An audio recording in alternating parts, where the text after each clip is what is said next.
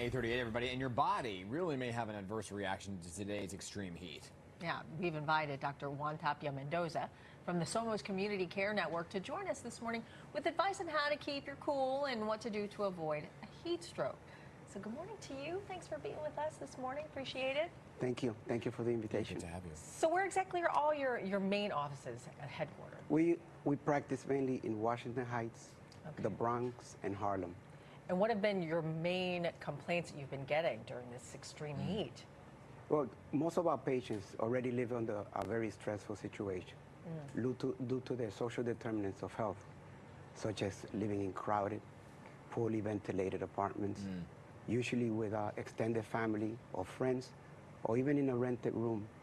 So extreme heat can already trigger an already hot situation. So let's talk about what it really does to the body, right, and the signs to look out for. And the first one you were talking about was that how the heat can really cause the body to swell. Can you talk about this?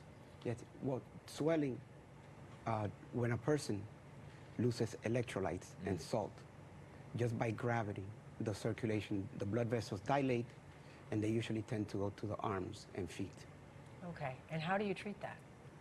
The main thing when somebody's showing signs of a severe heat exhaustion or heat stroke is first they need to get out of the sun. But heat stroke is a medical emergency where the patients need to be cooled down as fast as possible.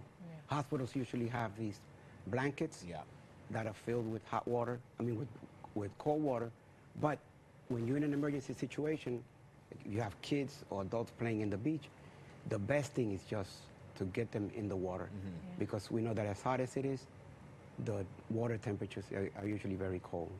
Have you been seeing a lot of that? I mean, a lot of people coming in with heat exhaustion, or? What we have seen is a lot of flare-up of bad temper. People are getting irritable, incoherent. Many times when a person has the early signs of heat stroke or severe heat exhaustion, they might begin to act irrational, very irritable. They might appear to be drunk or under the influence of drugs. Yeah, you know, and those are the extreme cases. There are some folks who just complain of headaches or migraines, right, which could mean that they're dehydrated because of the heat. So obviously that's on the way to a heat stroke. So how much water do you tell a person to drink when everyone knows to drink water, but how much in a day where the heat is the temperatures are this high? Depending on the age and whether a person is working outdoors, that they have to work outdoors, it is recommended that a person drinks at least 8 ounces of water every 15 to 20 minutes. Oh, wow. And headaches are usually triggered when a person begins to get dehydrated. First, your brain blood vessels dilate, and then they shrink, which is very similar to what triggers a migraine headache. Oh, okay. You know, something that you always see on the streets here in the city are people walking with maybe a wet washcloth on their head, or what are the points, the pressure points that we should be wearing, I guess cold rags or cold compresses? Oh, I've seen many people selling ice bags, and we know that the important place is to keep the ice bags on the forehead, the neck, under the axillas, the abdomen. But the best protection is getting out of the sun, not going out between 11 and 4 p.m.